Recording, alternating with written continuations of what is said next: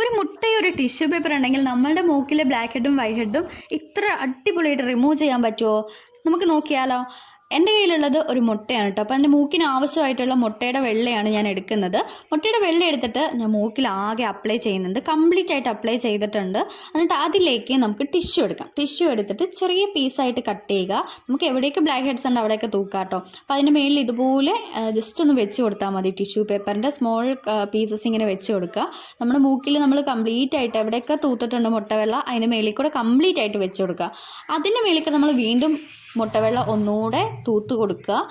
അത് തൂത്ത് കൊടുത്ത് കഴിയുമ്പോൾ നമ്മുടെ മൂക്കിലേക്ക് അത് കംപ്ലീറ്റ് ആയിട്ട് ഒട്ടിയിരുന്നോളൂ കേട്ടോ. ഒരു ഫെവിക്കോൾ വെച്ച് ഒട്ടിച്ച പോലെ തന്നെ അത് കംപ്ലീറ്റ് ആയിട്ട് മൂക്കിലേക്ക് ഒട്ടിയിരുന്നോളും. ദെൻ കുറച്ച് നേരം വീശി കൊടുക്കുക. വീശി കൊടുത്താൽ പെട്ടെന്ന് ഉണങ്ങി കിട്ടും കേട്ടോ. നിങ്ങൾ 10 മിനിറ്റ് വെറുതെ വെച്ചാൽ മതി. അത് പെട്ടെന്ന് ഡ്രൈ ആയിക്കോളും.